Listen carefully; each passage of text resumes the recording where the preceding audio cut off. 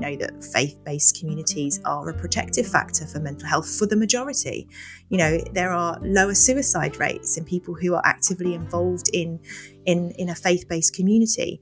And that's across the board. But we also know that for some people, faith can be a source of conflict. You know, this idea of independence being, you know, what we value in Western culture. But actually, when you look at sort of more Eastern cultures, there's much more of a sense of value placed on, you know, being part of a reciprocal relationship with people. You know, communities and faith communities are able to really sort of be a part of that interdependence opposed to independence, I think, within a society that maybe thinks otherwise. Rabbiting on, rabbiting on, rabbiting on, rabbiting on, rabbiting on. Welcome back to Rabbiting On. I'm Rabbi Debbie Young-Summers. It is a pleasure, as always, to be joined by my colleagues this week. Rabbi Miriam Berger is here with me. Hello, Miriam. Hello, good to see you. Sorry I was late. A little fire alarm emergency at Miriam's end. And we're sending our love to Rabbi Robin, who can't be with us this week, but we're thinking of her and sending lots of love and strength. What have you been up to, Miriam? I mean, it has been exciting. We just had 2 fire engines arrive at the synagogue for an unintentional fire drill, but we're very proud that the protocols work and everyone got out the building. And luckily, there was no smoke. In this case, there was smoke without fire or something like that. Is it still exciting having fire engines and firemen arrive? Like, does it make you feel childlike? Well, or is it something else that goes on? Kindergarten in the building as well. I think their excitement is kind of infectious. And there's something about, I'm going to be gendered here and say little boys and fire engines, that you can't not face the excitement. And there's something to do with our office staff where, again, I'm going to be gendered and say older women and firemen. Equal excitement, I think, at both ends of the scale. So, yes, it was just a momentary excitement. I used to be super proud that Eliana played with dolls and played with cars and had, you know, fire engines and trucks and helicopters. And I remember talking to an educator who'd come to stay with us after Limud. And, we were discussing the gender roles and toys and how ridiculous it all is. And I said, Eliana has everything. She played them. And literally as the words were coming out of my mouth, she walked into the lounge pushing a buggy, which had a helicopter inside it. She then takes the helicopter out of the buggy and starts brushing its hair. She maybe was playing with the helicopter differently to how some boys might play with helicopters. Bit upsetting. Maybe. So this Saturday, this Shabbat, in fact, has been dedicated to be Mental Health Shabbat. It's an annual occurrence which originated and was sponsored by the Jewish charity Jami, who work in all of our communities to support and advise and help all of us with mental health. And we are delighted this morning to be joined by our very special guest, Louise Kermode, who is from Jami. Welcome to you, Louise. Thank you. Thank you for having me. It's great to be here.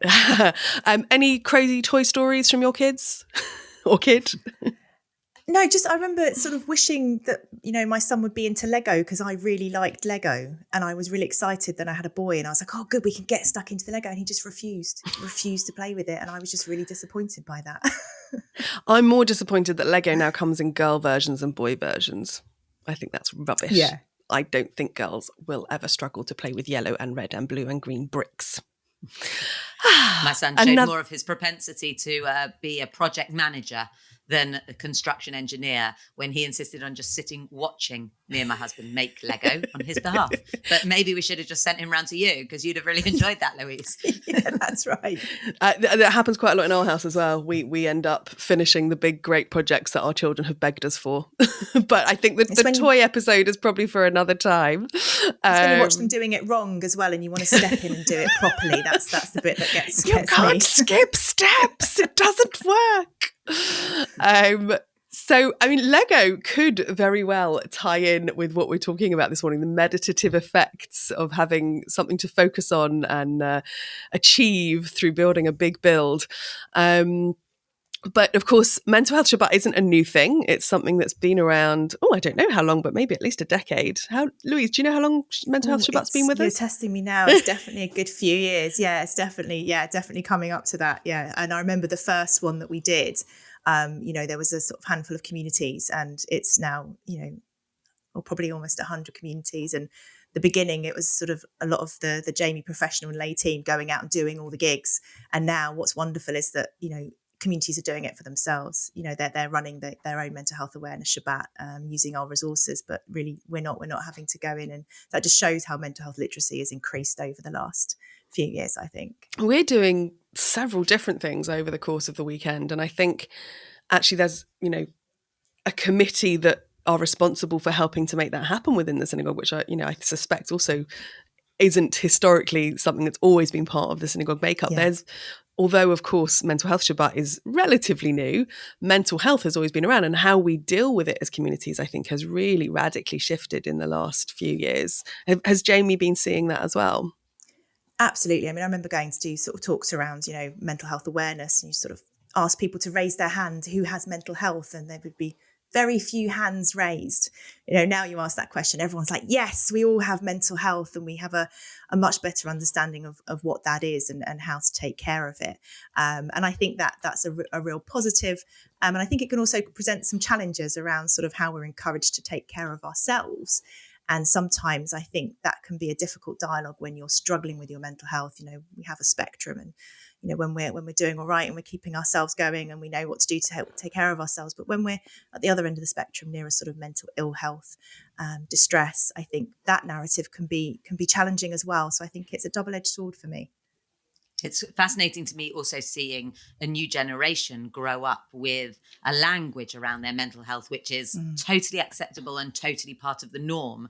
It was when I heard one of my son's friends saying to him, I just don't think I can be friends with her. She's just not good for my mental health. Now, having been at an all-girls secondary school myself, that language might have been quite useful back in the day. But that wasn't language that we had. And it's really interesting to hear our teenagers being able to acknowledge that actually some of that just doesn't make me feel, that person doesn't make me feel good. That person messes with my head is a really useful part of their language.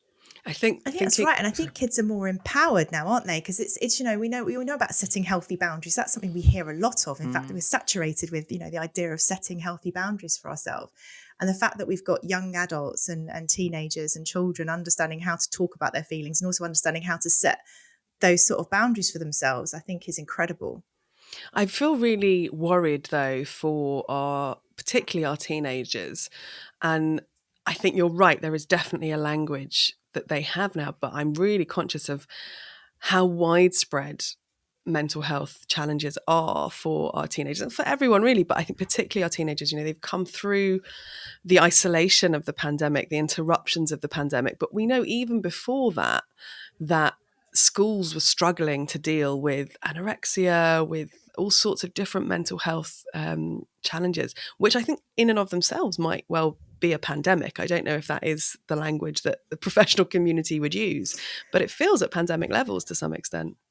Yeah, we haven't started to see the full impact of the pandemic yet in terms of mental health. And to be honest, it was pretty bad before in terms of waiting lists for statutory services, and the thresholds for support is so high, people are constantly turned away because they're not ill enough for support. And I think that's really, really hard. So I mean, I certainly know the work that we do is, the work that used to be done by statutory services and sort of care coordination and mental health teams, we're seeing increasingly that we're picking up that work as a charity. So the sort of last 10 years I've been working in this space, there's been a real shift in that work. So it was already a bit dire in terms of waiting lists and mental health. And then you're right, the pandemic has been an interruption for all of us. I'd say just a word of kind of balance. For our kids, that's their norm. Some are going to be okay. They're going to adjust and they're going to be fine. That's their normal. And for others, it's going to be more problematic. And I think we also know that we might have all been in the same storm during the pandemic. And there's a great anonymous poem on you can Google, but we were in very different boats.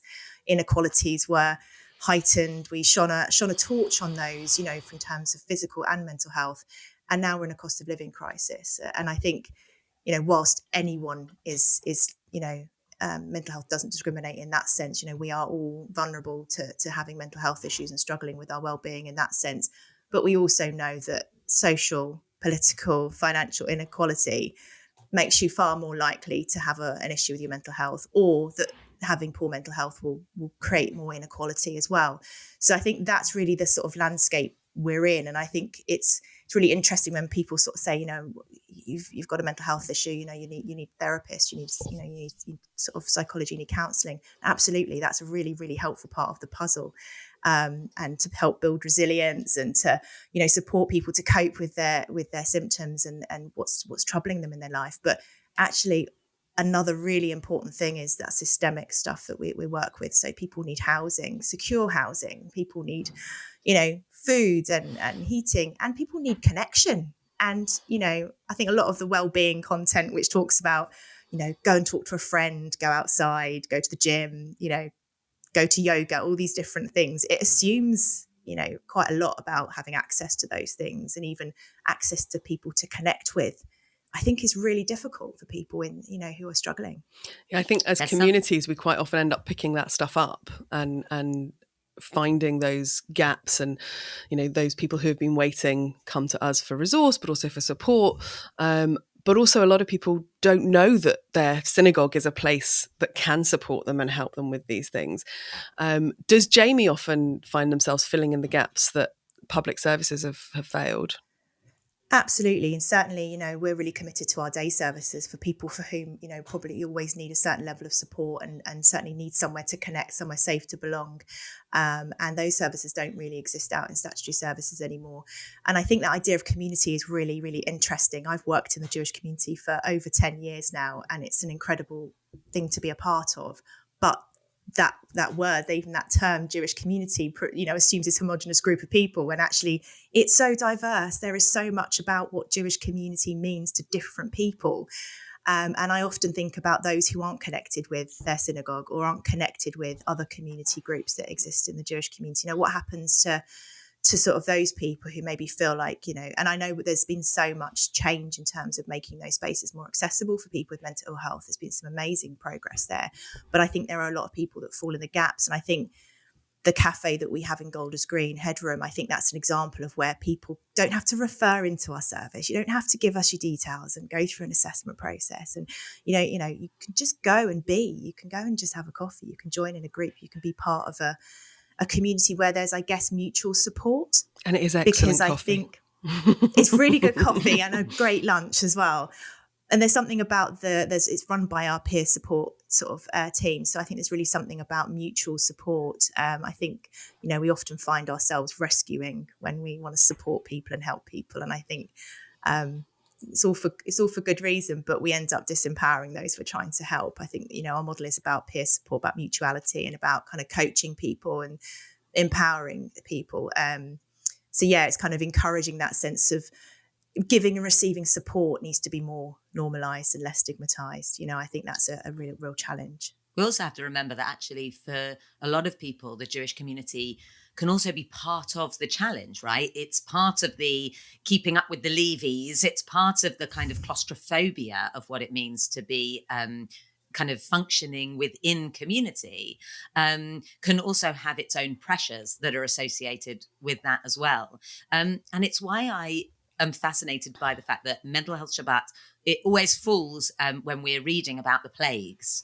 And I see that very much as what happens when actually societal structures are at the root cause of some of the challenges we face. So seeing the plagues less as kind of the thing that's kind of inflicted on us, but rather as the thing that kind of, when society is constructed with challenges at its core, what the product of that can be, sometimes, devastating effects.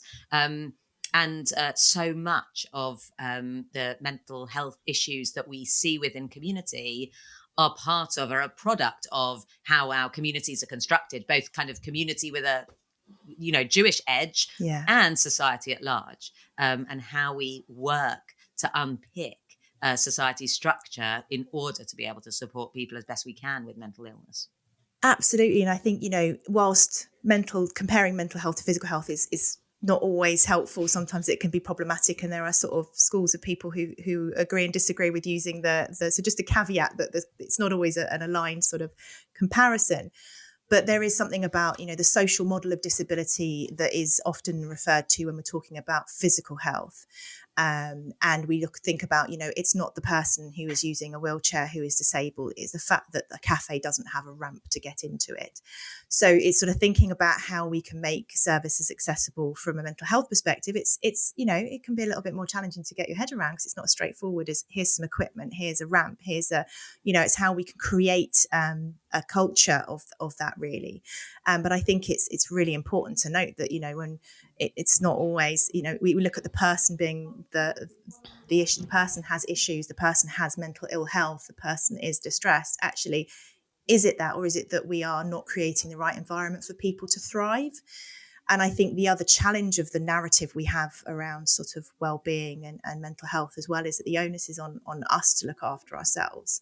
And I think that's really important. We should be empowered to take care of ourselves. And I'm not saying that's a problem, but I think when we go down the other end of the spectrum and people do need taking care of, and we do need to support each other. And I think a great analogy, a psychologist who was doing a keynote speaker at a conference I was at, was talking about, if someone can't tie their shoes and they have a learning disability, we get them shoes with Velcro on. We would provide something to make it easier for that person to engage in the activities that bring meaning and that sense of belonging. So, yeah, I just think it's a really interesting dialogue that we should be opening up. Miriam, your analogy of the plagues has made me think about the idea that we try to support everyone communally together, but actually we've got different plagues, right? There are different challenges that everyone faces. And I think it's a really interesting parallel to what I see as one of the challenges of being a progressive Jew, which is we really value the individual and the individual experience, individual choices people make. And when it comes to mental health, that individuality is really important, that we respond to where people are. On the flip side, we also have to find ways to function as a community and to be together as a community. And it's that sort of the challenge of the balance of how we hold everyone's individuality and come together communally. And I think mental health really highlights that challenge. The same things aren't going to work for everybody. Yeah, I mean, that's a minefield in itself. We're constantly, and I'm constantly looking at trends and, people who are maybe more at risk and, what are the kind of evidence-based interventions that we should be doing, developing as a service. But actually, that's all really helpful. And it's really helpful to be looking at that. But actually, the most helpful thing that we do as a service is to listen to people who use services, listen to people who have had experience of mental ill health. So it's, yes, you have to think about how we function as a service, how we function as communities, how we kind of put structures in place to operate, services that are of benefit to people. But there's got to allow that room for individuality. Everyone's experience is different. Everyone has a different take on what it means to them.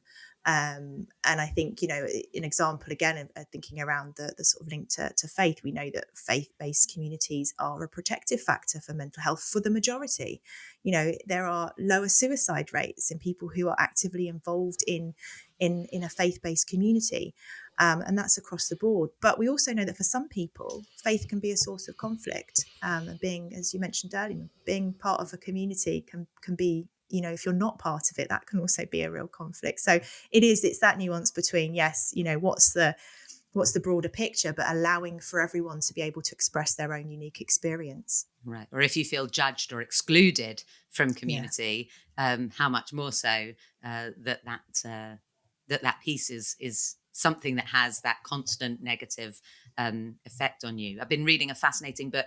Norina Hertz has written a book on called The Lonely Century, and comes back to this idea of like all the different factors that are sort of emerging at this time, or converging at this time, that are leading to that kind of isolation, that breakdown in society, that breakdown of a sense of being responsible one for each other.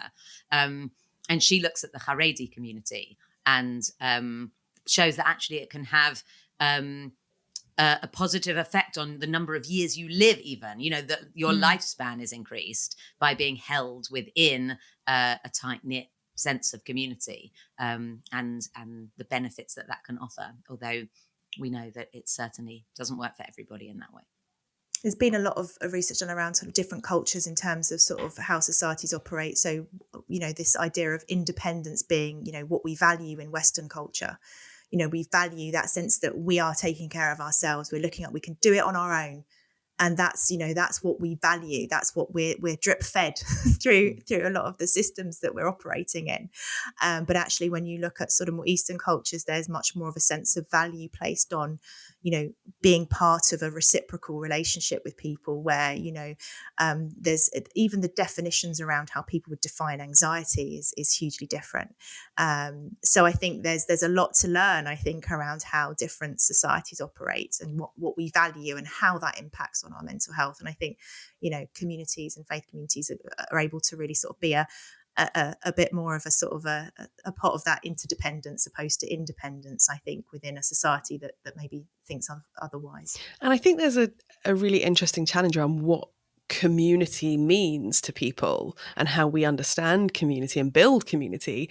The pandemic, I think, for me, certainly really highlighted my need for connection and community and togetherness, and all sorts of alternative communities kind of popped up in different ways. In fact, Reformed Judaism has a shacharit online. It was every day during the pandemic. It's now gone down to Friday mornings, and they've just started an evening service on a Sunday night that only happens on Zoom with people all over the country. And they've become a little knit community that didn't exist before. They're all part of other communities.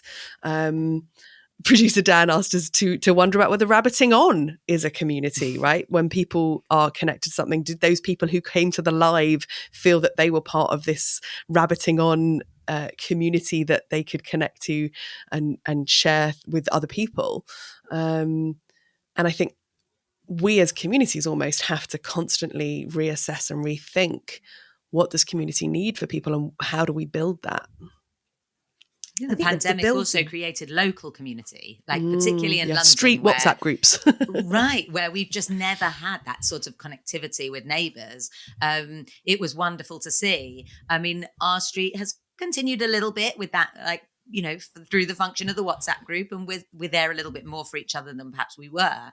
I wonder if anyone's really supporting in the way that they were and really looking out for people in the way that they perhaps were. I think you're right. I think you think about the local Facebook groups kind of sprung up, and everyone was checking on their neighbours. And you know, I worked as an occupational therapist for many years, and so this you know, idea that you know, suddenly everything became accessible to people, and we had people doing things for people and with people, and people needed it before. People were disabled before, whether it be through physical health or mental health. People were housebound before the pandemic. And, you know, many continue to be because of their concerns around, you know, people haven't got back to normal yet. You know, some have, some haven't. There's still a spectrum of that.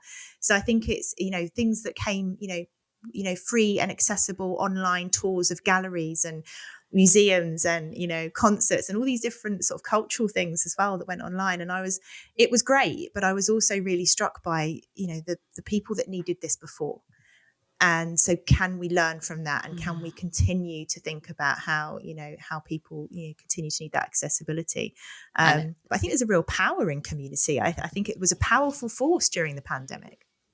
My worry is what you've shown is that actually, until we've actually had to walk in someone else's shoes, we don't really, we don't have the capacity to really think about others in a different situation from us. So it wasn't until we were stuck in our homes that we could really think about, okay, but what's it like for those people who are kind of more kind of confined than even we are?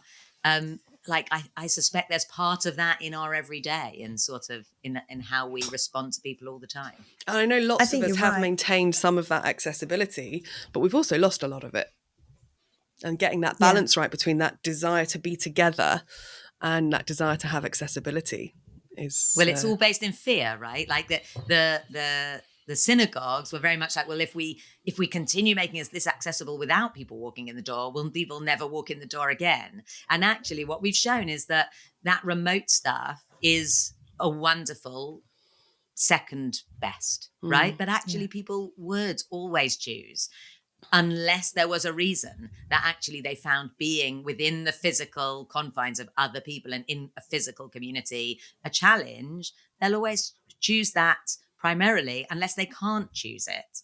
And then there needs to be that other option too. But I don't think we need to continue to have that fear of what if people never choose the physical. I think the physical adds something different. And there's something about power there, isn't there, that's really interesting, because we talk about building a community and what does a community mean to different people, and that's, you know, really important. But something about who's making the decision that we need to bring everyone back. You know, this is the better way.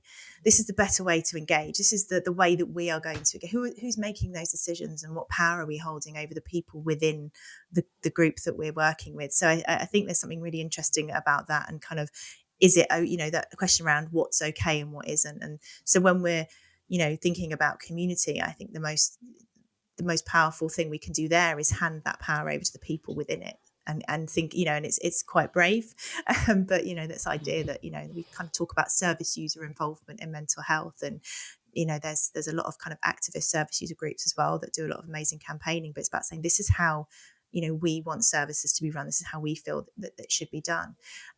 So yeah, I think it's really interesting when we hear kind of, and, you know, we hear that, and, you know, people wanting people back into the office.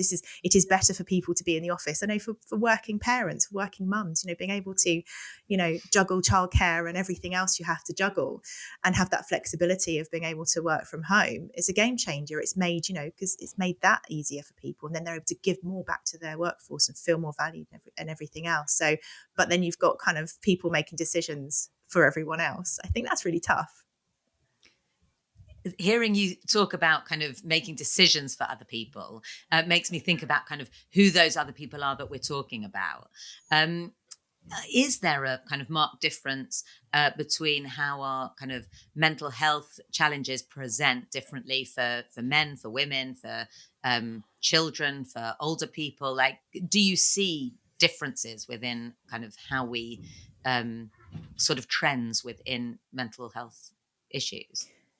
I mean, I think we certainly see, you know, when we're looking kind of the younger end, children and adolescents, you know, we're often kind of see more, you know, the mental health literacy is getting better, and they are talking about, you know, they've got the language for it more now, but you might see more kind of behavioural issues around what's going on there. That might be more of a sort of a sign that something isn't quite right.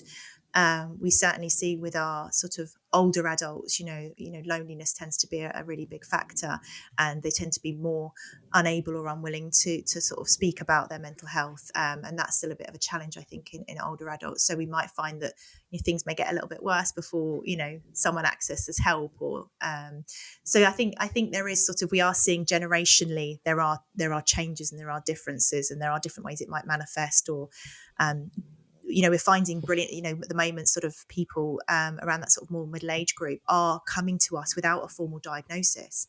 So we're not kind of having people be referred to us following having a diagnosis of mental health. They're actually saying, I know there's something wrong with how I am. I know I'm not coping, so I'm going to reach out for support.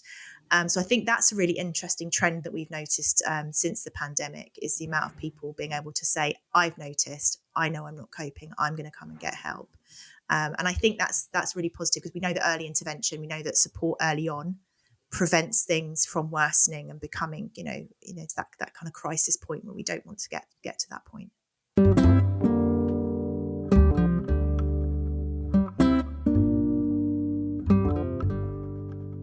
So we had Dan Rickman speaking at the synagogue a number of months ago. I know that he and Rabbi Samuel Landau are doing some incredible work looking particularly at men's mental health. Would you say that there's a kind of need to sort of address men's mental health in a different way to women? Absolutely. We know there's huge risk factors there for men who find it difficult to talk about their mental health, and you know, again, that sense of independence, and I need to look after everyone else, you know, and I'm this sort of, so I think there's a real issue there. We know that there are suicide rates that are higher in men of a certain age. One of the groups we run at the cafe has been about Get Men Talking. So it's a group specifically for men to come and talk, and to sort of really normalise that sense of being able to come and speak about how you're doing, and get support from other people who other men who are probably going through a similar thing and realize that you're not alone. That isolation, I think, can be really challenging for men. I had a gorgeous experience. I was walking from home to the synagogue one evening, and it was dark, and there were a big group of men kind of walking behind me, which as a woman walking on your own, you can't like help but have a little bit of like a kind of moment of I hope I'm okay. Like, I hope this is not kind of something that I should be worried about. And one of the guys just picked up his pace a little, so he was walking alongside me, which immediately kind of, made me even more anxious.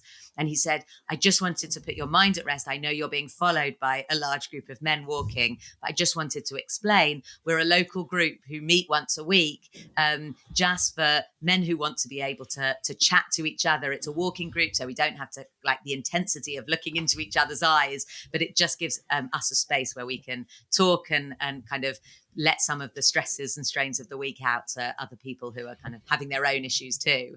And it was so lovely because whilst they were really concentrating on their own need for their mental health, they were clearly aware of how it could be misconstrued and how I was misconstruing that feel of a large group of men. So also that sense of not only what we project onto people, but what they take on board of what's being projected onto them. And therefore like that sense of responsibility too. That's a really brilliant illustration. I think what a mensch that he realised and came and reached out. So I think, the Get Men Talking group at the Headroom Cafe, presumably, sounds like a really practical, wonderful thing that people can get involved with and do. Do you have any other like nuggets of practical tips that we could all pick up, either individually or as communities, to help maintain better mental health or well-being? Yeah, I mean, I think we are saturated around well-being content. I think that's been, and that's really important, and we should hang on to that and what we can do to take care of ourselves. But I think the conversation needs to move on. And this year's Mental Health Awareness Shabbat, the theme is community, the conversation about how we can support each other, how we, that idea that by being in a supportive group and that you gave the example of the men kind of being then aware of other people around them as well. I think, there's something very powerful that comes from being part of a community, part of a group, being able to seek and receive support. So I think we need to really normalize that. And I think there's something about, building those spaces for people. Lots of places on our website you can go to look for, places for support. We commission a text-based counselling service where you can either go on there to look for materials and read up about certain subjects around mental health. You can be part of a chat room where you can speak to other people who might be struggling. You can also book a text-based counselling session with a counsellor as well. So there's lots of resources on the Jami website to look, and also, how to make a referral is also there as well. I think the conversation's got to a really good place around mental health. I think we're much more aware. We're able to talk about it much better than we were before. I think now it's about building mutually supportive communities is really where I think the power is for us now. How are you going to take that into Shabbat, Miriam? Are you going to have a mental health message over Shabbat this week? So we're really lucky. We've got our community weekend away this weekend. And I think it creates something really special in terms of being able to hold people. Our theme of the weekend is walking life's journey, and that opportunity to be able to kind of share one story, acknowledge all of the kind of baggage that people are bringing with them into that weekend. What does it mean? Our last one was pre-pandemic. So there are people coming who came to the last one with their partner who's no longer alive. There's people who've had, extraordinary challenges in those intervening years, and other people who will hopefully be able to express massive gratitude of the things that they have experienced over the last couple of years. But I think for me, the real aim of the weekend is to be able to say, let's create a space where we can share our stories, where we know what's going on for one another, where we can celebrate each other's kind of gratitudes and be able to support each other through the challenges. And try and take that kind of nugget of what you create in a very small environment for one weekend only and say, how do we take it home with us? How do we make sure that this is replicated all over the synagogue, all over the community, and that we make sure that those doors are open, so that we define community as in as wide a place as possible. What about you, Debbie? You said that there were a number of things going on for you. So we're going to be kicking it off at 4 4ish on Friday afternoon with a cuddle up for mental well-being for our primary age kids, younger kids. We've got a book about a story about a bag full of worries that'll be part of that, and some yoga stuff that's been framed around Jewish moves and what values are present in the idea, and theming the songs that we would normally sing, like Put the Chicken in the Pot. What are the foods that actually help us stay healthy and well? Inviting the Shabbat dinosaur over because being with friends, being with other people can help support us, those sorts of things. We've got a Shabbat morning shiur looking at how the Torah portion and the plagues connect to why it's Mental Health Shabbat. And we then have a very special two different things happening. In our main service, our study passage will be the chair of our mental health committee talking about what they've been doing. And my sermon, I'm sure, will also reflect Mental Health Shabbat. And that theme of community, I think, will be very present. The bar mitzvah that we're celebrating this Shabbat, wonderful, wonderful family who sadly have just lost a grandparent in the last 10 days. So that sense of what it is to be together and support one another through these difficult things is very much part of that. And then alongside that, we have our parallel service, which will be hybrid, where our community care team are being helped with Rabbi Judith Levitt, who's going to be online, creating a sort of, we call it Shabbat for the Soul alternative service, where people can be in person or join online and really interact with each other around spiritually supporting ourselves through mental health crisis and having a space to discuss where we are with these things. So lots going on. Sounds like some Amazing. incredible Sounds stuff fab. going on. Absolutely. It's amazing. They're keeping us busy.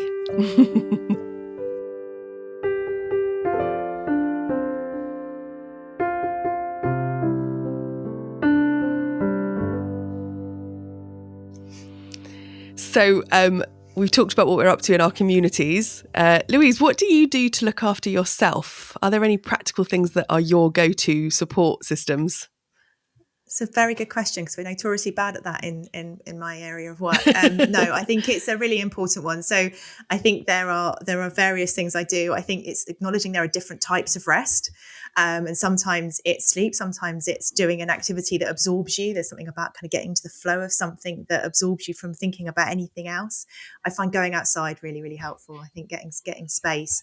But also, I think that idea of connecting to someone that you know is going to listen without judgment, knowing that someone is going to sit with you and listen to some of the things that are challenging for you. They're not going to try and fix it or rescue it. So it's picking out who to speak to at the right time, I think for me is something that's really, really helpful. But yeah, different types of rest and checking in with myself and saying, what is it I need today in order to help manage tomorrow, I think. How about you, Miriam? I think I'm like the worst person to ask in those moments because like I always want to be able to say things like, I go to my Pilates class or something like that. But like I'm really bad. And my answer is always like this Sunday probably sums it up in terms of I went to see my grandma who's sadly very unwell and she is willing her end to come. And I left her care home feeling incredibly depressed. And where did I head for? I head for Shake-tastic to buy what they call a gigantic milkshake, which I'm sure it doesn't need to be that big. But it was my way, I think, of just like being able to say like these emotions are necessary, but also I need to be able to leave them kind of on my way home from the care home and walk into the house and be with my son and be with my husband and know that I'm really lucky to be able to come back into a place where we're all there for each other and it's her legacy. And it's not about the fact, she's 98 and she should be allowed to be coming to the end of her life. I hope for her sake, this last chapter is not too long. But to be able to say, and look what she's created, look what her legacy is. So for me, there's something about my go-to, I think, is trying to turn the immediate sadness into an understanding of kind of gratitude, of kind of perspective.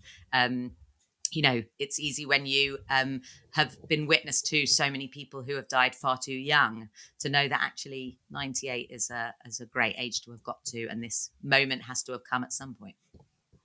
So I really relate to you. I wish I could say it was Pilates or yoga.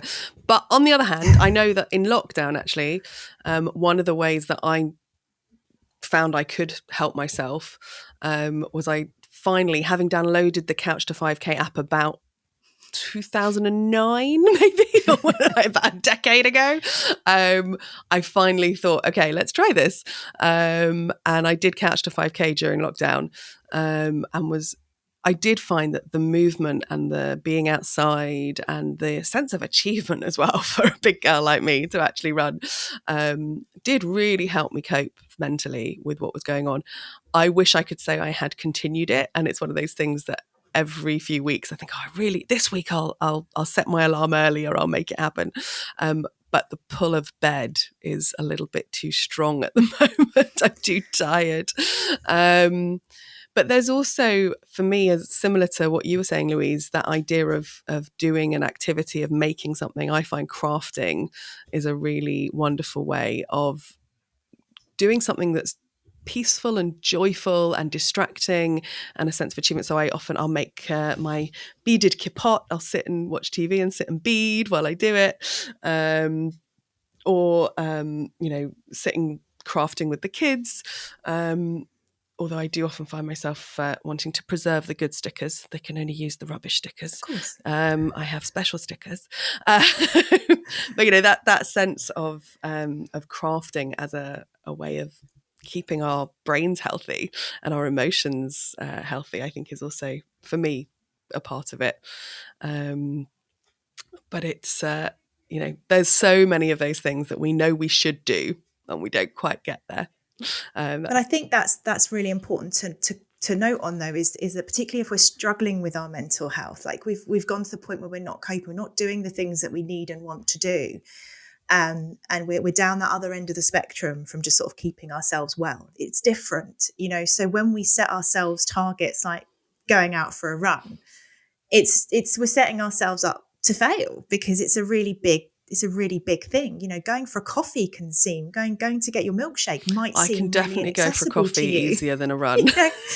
Yeah, I can definitely go for a milkshake sometimes. easier than a run. But it's that, I think what we can be recognizing there is we need to set the bar a bit lower. We need to break down that thing that we know is going to help us feel better or is going to pay off in the end. And we need to set, so I think we're thinking about how we go, right, putting our trainers on and going outside for 5 minutes, whether it's, just breaking those things down. And I think another thing you said, Miriam, about acknowledging the sort of sadness and pain, but also having gratitude and, kind of that really complicated emotions that we might feel that may seem quite conflicting. I think learning to embrace that a little bit. We're complex. We can feel both, anger and gratitude at the same time sometimes, and I think just we can get really hard on ourselves about that. And I think it can feel conflicting, but I think being able to recognize those emotions at once that we might have is really important. Amazing. So the movement for Reform Judaism offers a lot of support and resources on all of this, ranging from living with anxiety, addiction, and bereavement to issues like housing, asylum, illness, as well as food and financial support. And many, many of our synagogues will have resources that can help with all of those things too. You can actually join the Communities That Care initiative by using the MRJ website or by emailing careinitiative@rjuk.org. And as always, there'll be lots of links from everything that we've spoken about and what Louise has shared with us in the show notes, so you can find them online and get where you need to get to. But for urgent care, you must always still call 999 or take yourself to a hospital or your GP practice. Or you can also contact the Samaritans on 116123, where help is available around the clock every day of the week. As I said at the beginning, we're sending huge love to Rabbi Robin, who we've missed today. But we also want to say huge thanks to you, Louise Kermode from Jami. Shabbat Shalom to everyone. Thank you, Miriam and Louise, for joining us. And we wish you a Mental Health Shabbat Shalom and hope to see you all soon. Bye. Bye. Bye. Rabbit on.